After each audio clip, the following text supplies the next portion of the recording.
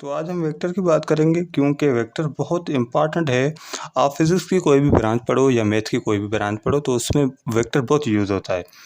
Vector को पढ़ने के पहले हम थोड़ा-सा स्केलर को पढ़ते हैं क्योंकि स्केलर का कॉन्सेप्ट होना बहुत लाज़िम है, ठीक है? और जब भी हम किसी भी क्वांटिटी को बयान करते हैं या किसी भी क्वांटिटी को हम किसी को बताते हैं, तो उसका क्या होता है कि हम एक न्यूमेरिकल वैल्यू बताते हैं और उसके साथ यूनिट इंक्लूडेड होता है। सो उस न्यूमेरिकल वैल्यू और यूनिट के साथ ही वो क्वांटिटी डिस्क्राइब हो जाती है, ठीक है? जैसे ये 2 केजी मास है और ये मास है, हम क्या कहेंगे ये 2 केजी है। अगर ये ऊपर फेंकें, नीचे फेंकें, साइड से जहाँ भी फेंकें तो ये 2 केजी ही रहेगा, ठीक है?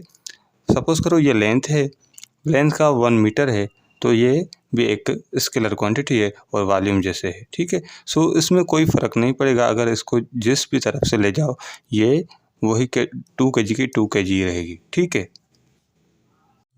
सो ये था स्केलर क्वांटिटी, क्योंकि स्केलर में कोई भी क्वांटिटी है, जस्ट उसका हम न्यूमेरिकल वैल्यू बताएंगे और इंक्लूडिंग यूनिट होगा तो वो स्केलर क्वांटिटी डिस्क्राइब हो जाएगी, ठीक है? सिमिलरली हम अब अगर हम वेक्टर की बात करें तो ये जो 2 केजी मास है, हम ये सेम ही है 2 केजी। सो इसको अगर फोर्स लगाते हैं यहाँ से तो ये इस डायरेक्शन में मूव करेगा, अगर यहाँ से कोई फोर्स नहीं लगा हुआ, ठीक है? यहाँ से अगर फोर्स नहीं लगा हुआ तो ये यहाँ से फोर्स लगाएंगे तो ये ब्लॉक यहाँ पे मूव करना शुरू करेगा, ठीक है? ऐसा ही ये ब्लॉक है, इसको सेम फोर्स हम अपोजिट डायरेक्शन में लगाएंगे तो ये यहाँ लगा यहाँ मूव करना शुरू करेगा। सेम फोर्स है मगर क्योंकि रिजल्ट जो है वो डिफरेंट आ रहा है, ठीक है?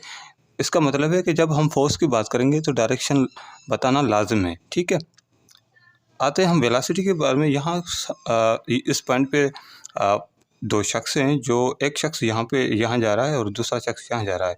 सो सेम वेलोसिटी के साथ, मगर उन लोगों का जो देखो ना, अगर सेम यहाँ पे जो वेलोसिटी है दोनों की सेम है, अगर वो ये एक यहाँ मूव कर रहा है, एक यहाँ मूव कर रहा है, तो जब ये यहाँ रुकेगा तो ये यहाँ रुकेगा, तो दोनों की पोजीशन डिफरेंट होगी। इवन इन दोनों की जो वेलोसिटी थी वो सेम थी, मगर डायरेक्शन का बहुत मसला है क्योंकि डायरेक्शन इनका अपोजिट था, इसलिए ये इसकी जो पोजीशन होगी इससे मुख्तलिफ होगी, ठीक है? तो हमने बात की वेक्टर क्वांटिटी की कि वेक्टर क्वांटिटी न्यूमेरिकल वैल्यू होता है उसके। अगर देखो न्यूमेरिकल वैल्यू होता है, अगर डायरेक्शन ना बताया जाए तो वो इनकम्प्लीट है। हम फोर्स को बताएंगे कि फोर्स किस तरफ से लग रहा है, ठीक है? और इसकी जो वेलोसिटी है वो भी इस तरह हम बताएंगे कि वेलोसिटी लग तो रही है किसी भी बॉडी पे, या कोई भी बॉडी अगर किसी भी वेलोसिटी से मूव कर रही है तो वो किस डायरेक्शन में है, ये बताना बहुत लाज़िम है इसके लिए, क्योंकि वेक्टर क्वांटिटी को डिस्क्राइब करने के लिए डायरेक्शन होना बहुत लाज़िम है, ठीक है? सो वेक्टर में जब हमने वेलोसिटी की बात की कि वेलोसिटी जब भी डिस्क्राइब की जाएगी तो डायरेक्शन होना लाज़िम है, क्योंकि वेक्टर क्वांटिटी को जब भी हम डिस्क्राइब करते हैं तो डायरेक्शन का होना बहुत लाज़िम है। अगर डायरेक्शन न बताया जाए तो इनकम्प्लीट है, वो वेक्टर क्वांटिटी को हम बयान ही नहीं कर सकते, ठीक है? सो इसलिए जो वेलोसिटी है वो 20 मीटर पर सेकंड ईस्ट है। अगर यहाँ से बॉडी यहाँ तक जा रही है तो हम इस तरह से बयान करेंगे। दूसरा केस क्या है कि अगर कोई वेलोसिटी एंगल पे मूव कर रही है तो 20 मीटर पर second 45 degree north of east है, ये क्या कर रही है? नॉर्थ ऑफ ईस्ट, नॉर्थ और ईस्ट के तरफ, ठीक है? और वेलोसिटी 25 मीटर पर सेकंड 45 डिग्री ईस्ट ऑफ, क्योंकि हम ये जो टोटल है डिग्री ये 90 के बराबर होती है।